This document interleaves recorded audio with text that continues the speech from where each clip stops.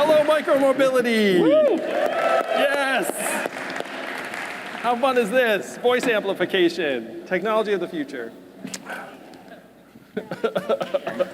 I just got a message from Kara Swisher. Do you think I should check it? I talked to Kara yesterday. All right. Andrew, thank you so much for joining me at this Micromobility conference. I wanted to ask you how you got here today. I got here via plane, and then friend, and then Activo scooter in the parking lot, and then one wheel in the atrium, and then my legs. So you were trip chaining quite a bit. Multimodal, you would say. Multimodal, it's a big buzzword today. So we're going to talk a lot about micromobility and personal transport devices, but I think first we need to talk about the elephant in the room, which is your new political party. Tell us what you're up to now. Well, thank you for asking. How many of you think that politics is working great right now? No one, really. And so not a single person. Yeah, not a single person here. And so you have to ask yourself, if you were in a market and there was a duopoly, and a majority of the market actually wanted an alternative to the duopoly, why is there not a viable alternative that's come up in the last number of decades? And so that's a need that a lot of people have been examining, and I think I figured out a way to make that happen. In true Silicon Valley fashion, there's a weak spot in the system that will enable us to have true political diversity of opinion and hopefully make our democracy function better. So that's what I'm working on right now. I know it sounds a little bit cryptic and too good to be true, but the new party will be launching on October 5th. And I have to say, these are exactly the sort of people that would love it, because we have to move our country forward rather than continue to have this doom loop of these two sides that are just going to clash us all into oblivion. So I think Business Insider may have scooped you a little bit. There was just a story that ran a few hours ago where they had said in your book you offered more detail about this political party. Is it called Forward? Is that accurate? It's not left or right, it's forward, that's right. It's forward. Mm-hmm. I have a book coming out on October 5th that breaks down why we need to head in this direction. That's right. That is also the title of the book that's coming out. Yes, I'm not very imaginative. There's going to be a lot of forward-named stuff coming out. Right, and also one of your other organizations is called Humanity Forward, so I'm sensing a theme here. Okay. And this conference has just been renamed Micromobility Forward. That's right.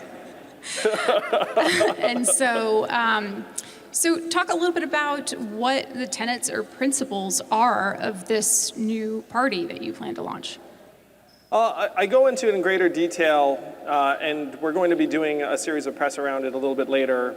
But some of the tenets aren't going to surprise anyone around universal basic income, which I believe is imperative, fact-based governance, modern and effective government. These are things that are achievable if we actually have a degree of both innovation and accountability in our system that we don't have right now. And it seems, though, that there is something of a history of third political parties failing, right? And that's partly, or largely due to the way that our current government is structured, right? The way it's structured is that there needs to be a plurality, and of course there is the Electoral College. And so that seems to have hindered efforts like this before. Why do you think your solution is going to work this time? I do want to rewind a little bit, where if you look at the vision of the founding fathers of this country, we're living one of their worst nightmares. They were not pro-political party. You don't see a word about political parties in the Constitution or any of the founding documents. And they were actually feared factionalism, which unfortunately is what we have right now. If you look around the world at any mature democracy, you'll see that the number of parties ranges typically between half a dozen and 17 in the Netherlands. The United States is an anomaly in this dysfunctional duopoly. So if anything, what we should be asking is, why have we accepted this level of dysfunction for so long? Now, there is a structural impediment to any third party arising, and we all know it very, very well, which is that it's difficult to win races when you have closed primary system. And so it's hard to get media attention, it's hard to get supporters. No one likes to do something that's not going to yield results. And so if you're in a third party, we've all been conditioned to think that it's going to be futile and you're not actually going to be able to make the changes that you want, you should play in the existing sandboxes. I obviously have some experience playing in those sandboxes, but if you actually were to create a mechanism where people could have their own viewpoint expressed without fear of being bludgeoned, frankly, that you're going to enable like the bad guys or the worst guys to win, then you would see a completely different political landscape in the United States of America. And I'm going to suggest to you all that we're here in the Bay Area.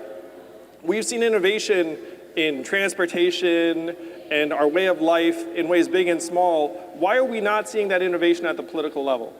We can make it happen, and that's going to be what I'm going to unveil in early October. I can see you doing a good job here of pushing people to October, and I'm going to keep asking you questions about this.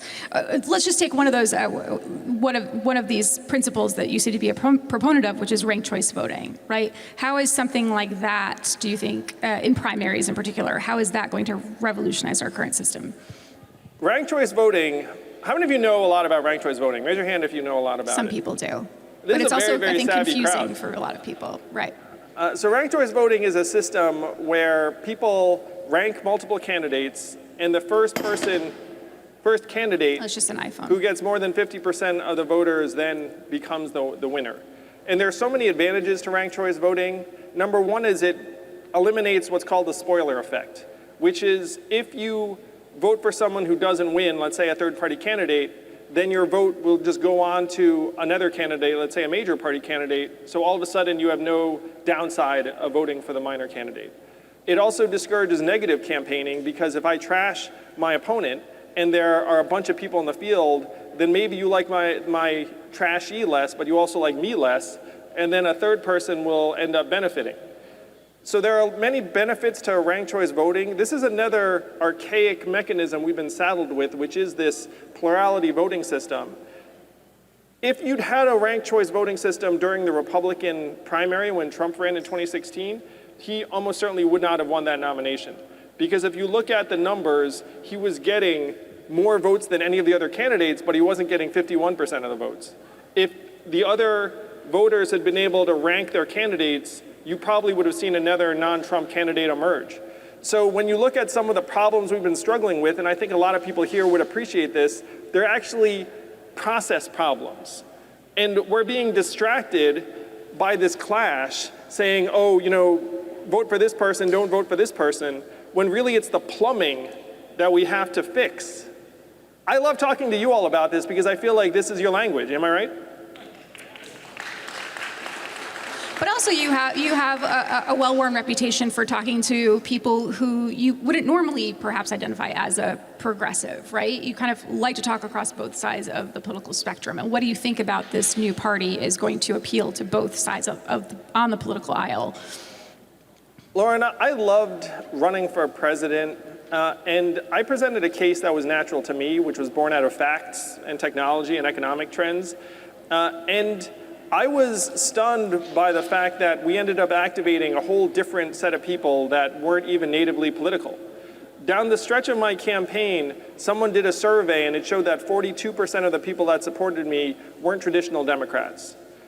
I'm going to suggest again that this resembles many of the people who are here today, where some of you work in technology, you want things to work better, you see what's going on in our political system and it's disheartening.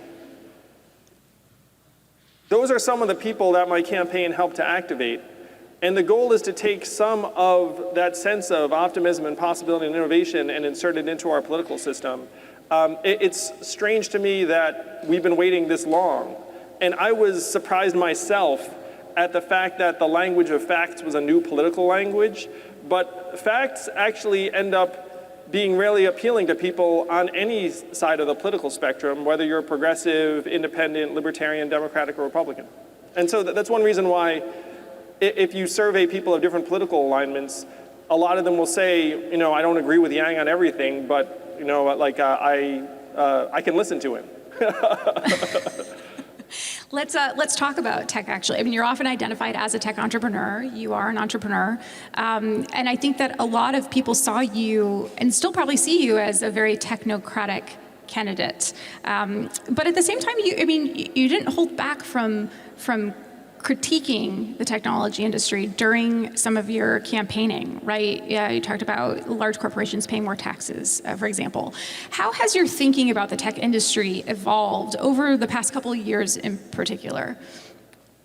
I'm a fan of technology and innovation, but I think most people here realize that there are excesses that have taken place. I'm also a parent. I've got 2 young kids who are 8 and 6. They're growing up completely differently than I did. I grew up the son of Taiwanese immigrants in upstate New York, playing Dungeons and Dragons and reading sci-fi with my brother.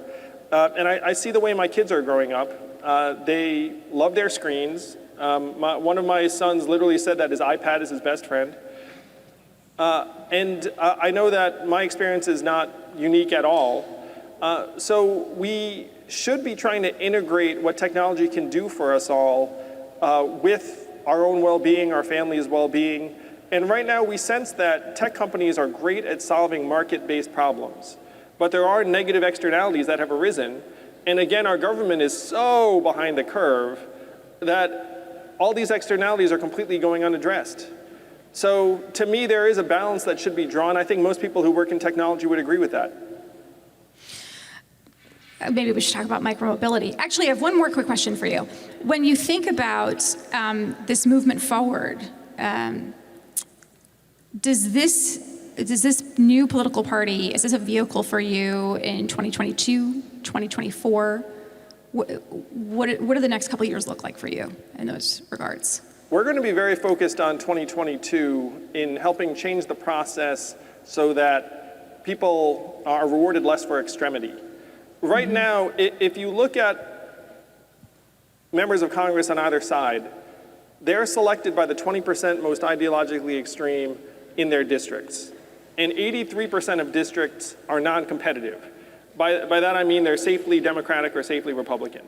So if you put a reasonable legislator into this system, they will quickly conclude that their incentives are best served by trying to placate the most extreme 20% in their district. And their goal is not to avoid a challenge in the general, because again, 83% of these districts are foregone conclusions in the general. Their political incentives are just to avoid getting primaried. So these incentives will drive people on both sides towards seeming less reasonable, more extreme, less prone to compromise. And so this is something that we can change in November 2022. We can unlock our legislators from this extremity by adopting a system of ranked choice voting and open primaries that lets them appeal to 51% of the people in their district and not the most extreme 20%. That's the big process change we have to make. So that to me is a here and now problem, and we hope to make progress on it in November 22. Thank you. So we're at this amazing conference. You had the chance to ride some of these personal transport devices earlier. I brought sneakers so that I can hop on some afterwards. Some really cool innovations happening here today, being shown off here today. But this industry, or this sort of subsection of the transport industry, does face some challenges. And some of those are at the municipal level, some are at the state level, some are just about our sort of general acceptance as a nation of these kinds of personal transport devices. What do you see as the greatest challenge right now to micromobility becoming more mainstream? I'm going to tell some stories about my running for mayor of New York City. So first, a little bit about me personally. I own 4 e-scooters of different makes. I love them. I haven't yet had my kids ride them independently. I put one of them on the front and ride around with him on it. And it's difficult to integrate these e-scooters into a city like New York because the natural temptation very quickly is to ride on the sidewalk, which has some rules. And even the bike lanes, the interaction between e-bikes and e-scooters and cyclists isn't always optimal and ideal because you're going at different speeds and the infrastructure is really just set up for one mode, which is bikes. So I think the biggest obstacle to micromobility is that we have infrastructure that is set up for legacy modes, whether that's cars most often, bikes to some extent, pedestrians to some extent. And the reality is that if you were to optimize a community for e-scooters or e-bikes, it would look significantly different. Very difficult to do in a city that's already optimized for something else, and by the way, you have limited municipal funds. And so if you're going to choose to spend it on something, it's hard to repurpose. So that to me is the greatest obstacle. The greatest opportunity then on the flip side would be communities that can actually integrate and prioritize e-scooters and e-bikes and other micromobility devices from day one. And I think that would be a massive competitive advantage for some of those communities or developments in terms of attracting young people in particular. I think you can sense that I love these devices, that I do. I mean, and I would love nothing more than to see entire communities being able to take advantage of them. They're better for the environment, they're better for our mental health, they're less costly in terms of the sort of infrastructure you have to set up. I mean, there's so many wins, but I will say on a native human level, most of all, they're just fun, they're a blast. Like, I think they're just better for our mental health. I believe that about biking too. I think biking is great exercise and good for our mental health. And to me, a lot of the e-scooters are in the same camp. I think there are a lot of people who have safety concerns. Those are pretty legitimate concerns. It might be a roadblock. In particular, I mean, you talk about traveling with your kids on a bike. Some people have concerns about that. How do you think that cities and states should be addressing safety as more and more of these personal transport devices are rolled out into the market? And this is one of the things I was suggesting about the interaction. Mm-hmm. So one thing I'll say, if you're in New York City, there's a bike lane. Let's say to get to the West Side Highway, you cross the bike lane, and then you get to the walkway. So what someone does very naturally is they look at the bikeway to see if a bike's coming, and then they start walking. E-bikes sometimes are moving so quickly that you can look a direction, think you're clear, and then by the time you're walking, like, it'll actually enter the picture. So there is, again, a safety issue if you're trying to mix and match some of these modes and infrastructure that's not designed for it. And then if you have a negative occurrence, you know that's going to make headlines in a very, very big way. Where there was a scooter company in New York City that had, I believe, a fatality, and it made negative headlines, and all of a sudden people wanted to look at it, which is legitimate, obviously. I mean, if someone dies, then you have to examine the practice and see whether it makes sense for the community. So this is related to what I regarded as the greatest obstacle. And we are in political environments where if you have a negative injury or fatality, you know that everyone's going to want to ban it as quickly as possible. So for the future growth of micromobility, you have to try and make sure that people are riding in environments that are not going to result in that kind of injury or even fatality. What do you think that the pandemic has done for micromobility or to micromobility? It seems like, for example, scooters were kind of on this path in certain cities around the US prior to that. And then for a while, we didn't go anywhere, right? Essential workers, of course, had to get from point A to B. People did have to go places, but in a lot of cases, scooters were untouched for a while. And now there's this kind of reemergence happening. I'm wondering if you see any kind of rethinking that's notable to you around this. I would love to talk to people in the industry about how COVID has affected your businesses, your companies, because I feel like it's cut in a number of directions. I think on one side, people probably bought more scooters. Is that correct? I'm not sure if that's right. Yeah, someone gave me the thumbs up. Because they were in circumstances where they were going to be working from home more, or they were in an environment where that was the best way for them to be able to get something to eat.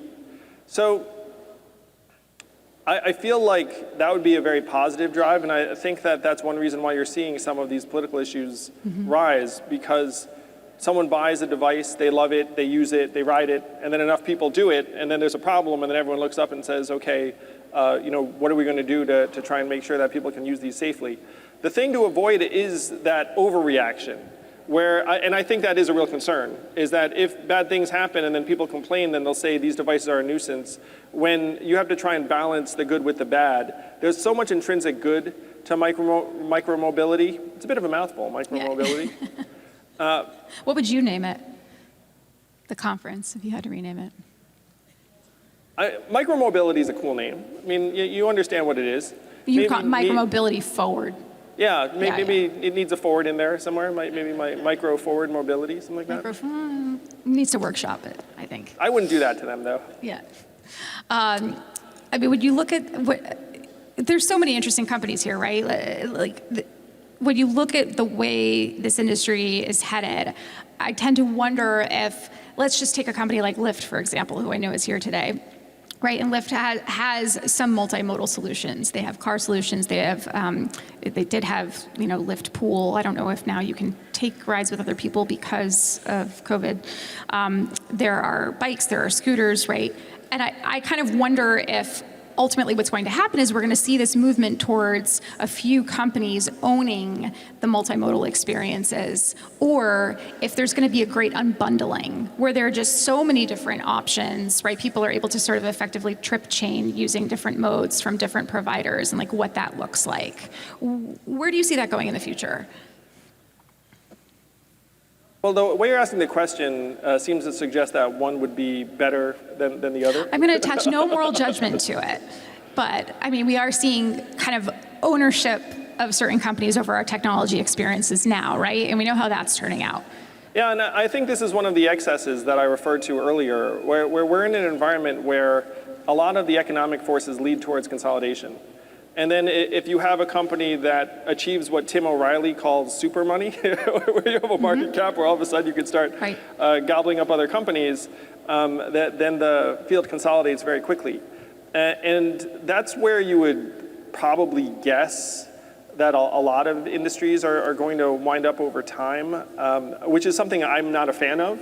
I think that we should be examining consolidation and acquisitions more when there's an industry that, could end up looking like a duopoly or a monopoly, even at the extremes. I love little companies. I love innovation. I ran a small private company myself for a number of years. That's how I came up. And it was the time of my life. I feel like I became like an adult in that role. You feel like you're the head of a household when you run a small private company. I think a lot of you have that experience. And then we were bought by a public company, and I thought that I would dig it, and I really didn't. So because of that, I have an instinctive alignment with little businesses that have made it work. When you look at how government resources are allocated around transportation in particular, how much do you think should be focused on, let's say, the electrification of mass transit systems versus creating more structure or providing more support around personal transport devices, which I think we're all agreeing here today are pretty cool, right? But sometimes, the emphasis on a shift in personal behavior doesn't necessarily enact the change, and we're seeing that with climate change too, right? That needs to come from sort of top-down or a systemic level. Talk about electrification of transit systems and how much we should be devoting to that. When I was running for mayor, I wanted to electrify New York City's fleet because you could make a big difference very quickly. I wanted to electrify the buses. I wanted to electrify the garbage trucks, which was the hardest one. Electric garbage trucks was... Why is that the hardest one? Well, it was very, very expensive to have an electric garbage truck. But I was going to do it. I was like, this is totally where we should be spending our money. I think bang for your buck in terms of being able to alleviate emissions and improve our energy signature, public mass transport is the way to go. And in some ways, you can make that change more quickly and efficiently because even though it's very expensive, you don't have a multitude of decision makers. And if you decided to go that direction, you could make progress pretty quickly. So I'm a huge proponent of public investment in that space. And I would suggest that if you succeeded in that, you'd probably see adoption of e-scooters and other things by consumers at the same time. Mm-hmm. Because if you were used to electric vehicles, then I think it would improve everyone's comfort level. Mm-hmm. You're also a big proponent of universal basic income. You've called it the freedom dividend. And I'm wondering how you see that, or if you do see that, if there's any correlation between that and better transit systems, how that works. I think if everyone had a certain level of income, you would see adoption of micromobility go up, because I think if more people had more money in their pocket, they'd probably run out and buy one of these devices. I don't know where that would fall on the priority list for UBI, but it's an interesting thought. Someone commented on the way in, someone said, like, how much is this device? And then they said, 1 month of UBI. And so I have a feeling that that adoption would pick up. But if people had money in their pocket, they would also be able to make better transit choices themselves, be able to balance their own needs in a more effective way. Right now, we're making all of these bizarre time, money, energy trade-offs, where someone is spending an extra hour or two to save $10 to get to a certain place. So if you were to put money into people's hands, they would make, I think, more efficient decisions. And I think that would end up improving both our infrastructure and people's personal choices. And in the time since you first introduced UBI as part of both your presidential and mayoral campaigns, has your thinking on that evolved at all? Have you, even the amount, have you thought about a different amount that people might need? What experiments seem to be working for you right now? You all remember when I was running for president saying everyone should get $1,000 a month, and people thought of it as fanciful or far out. And now we're living versions of that. I think we all know this, right? I mean, someone's laughing. I mean, tens of millions of Americans got the $1,400 check, the $600 check, the $1,200 check. 70 million Americans are getting a child tax credit of typically $600 a month over the last number of months. It's alleviated poverty in those families. Now, if anything, Andrew Yang's $1,000 a month plan doesn't seem aggressive enough. You know what I mean? Like, people are like, oh, 1,000, why stop there? So I'm a huge supporter of this child tax credit. My only complaint is that it's not in perpetuity, and that it doesn't go to people that don't have kids. So would you, in a future campaign, basically not only extend UBI as you've put forward, but actually change the amount that American households would be getting? No, I think we should be in position to think bigger. $1,000 a month still seems like a fairly good sweet spot, because it's enough to lift people out of poverty still, but it's not enough to completely distort one's incentives, because it's just a foundation. But I'm open to more, and we're getting more data all of the time. The two big objections I got when I ran for president, and this is something that many of you can relate to. A neuroscientist in Seattle said to me that, Andrew, your enemy is the human mind, because the human mind is programmed for resource scarcity. And when you go around saying that you can give everyone money, it doesn't compute for a lot of people. And he was right in that the biggest objections I got when I was running for president on this were, number one, where do you get the money? At this point, this has been addressed, because we've all seen that the CARES Act, $2.2 trillion, the Rescue Plan, $2 trillion. The $2.2 trillion CARES Act was enough to give every American $1,000 a month for 6 months. Families got 17% of the $2.2 trillion. We always had the money. We could have done it anytime we wanted to. And then the second objection I got was people aren't going to spend the money wisely. And we're seeing what people spend the money on in real life, and it's exactly what you'd expect it to be: food, groceries, fuel, trying to find work. So the main objections I encountered as a presidential candidate have essentially resolved themselves. It's one reason why today a majority of Americans are for basic income in some form. 80% are for cash relief during the pandemic, which unfortunately we're still dealing with. So I'm thrilled and incredibly grateful to everyone who helped us make this case nationally. We've improved tens of millions of people's lives. I mean, the fact anyone who supported me, you should really feel that. You should know that we helped advance and accelerate the end of poverty in our time, but we are not done. The truth is that the dysfunction in Washington is going to keep us from enacting obvious solutions that would make people's lives better. I used to think that the problem was that people didn't know about universal basic income, and I was determined to change that. Now I think the problem is that our government is not actually responsive to the people of this country, and my next mission is to change that too.